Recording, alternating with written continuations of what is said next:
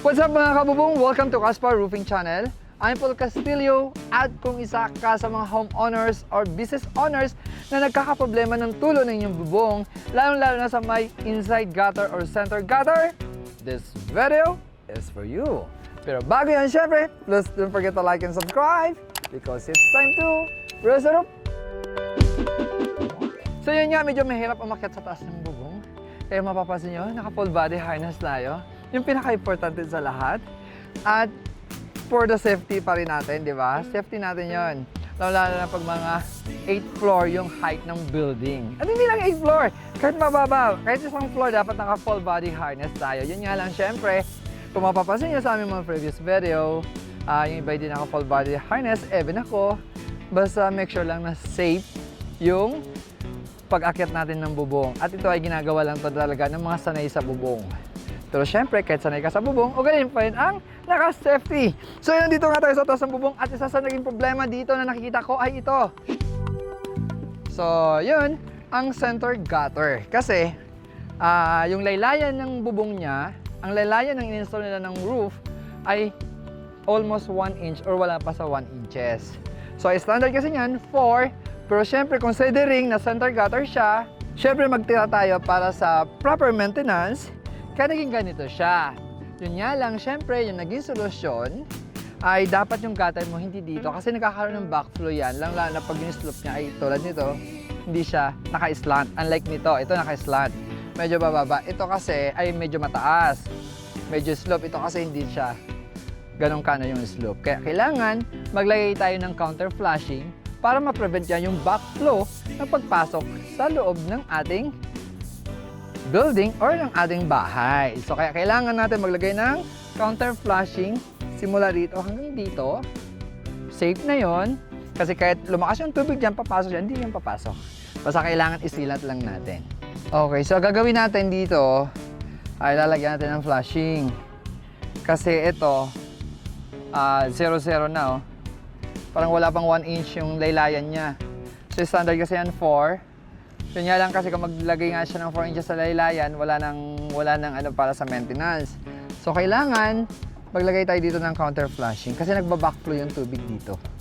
Tingin ko. So yung sukat niya ay wala inches. 23.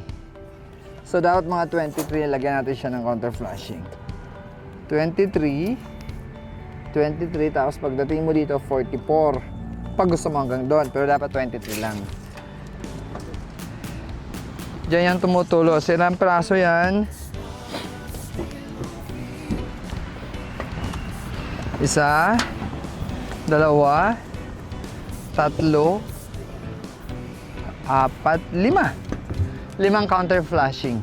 So ipopropose natin dito, ang propose natin dito is counter flashing. Yung gutter okay pa naman. Hindi kailangan yung palitan yung gutter. Kasi bago naman yan. Counter flashing lang talaga ang problema dito. Kasi dikit na dikit, Marco. Okay naman yung gutter niya. So, ito lang yung laylayan. Tingin ko nagba-backflow. Malalaman natin to pag binuksan natin yung yero pa nagkabit tayo ng counter flashing. Ito, okay naman eh. So, yun. Sabi niyo sa mga napapansin natin, yung mga capping, hindi naka-fix yan, kabilaan. May mga angat, nakapatong lang siya sa concrete. So, kailangan ang capping ay nakakap talaga yan para sigurado na wala siyang leak. So, lalagyan natin ito ng capping. Magpropose tayo dito ng capping. Yung capping niya, nasa 8.5. Capping lang talaga ang ilalagay natin dito. 8.5 yung lapad, ha? 8.5. Tapos dito, same lang. 8.5. Mga ilang piraso to? 1, 2. Dalawa lang. Dalawa lang yan, ha? Dalawa lang capping na 8.5 yung lapad. Yung height naman ay kahit mga 4 inches. Tapos 5 doon sa dulo. Ha? Ito sealant lang. Yan. Ito sealant lang yan. So, kailangan ma-solve natin yung tulo niya kasi pag na-solve to, tayo nang gagawa ng mabubong niya kasi pati yan, oh.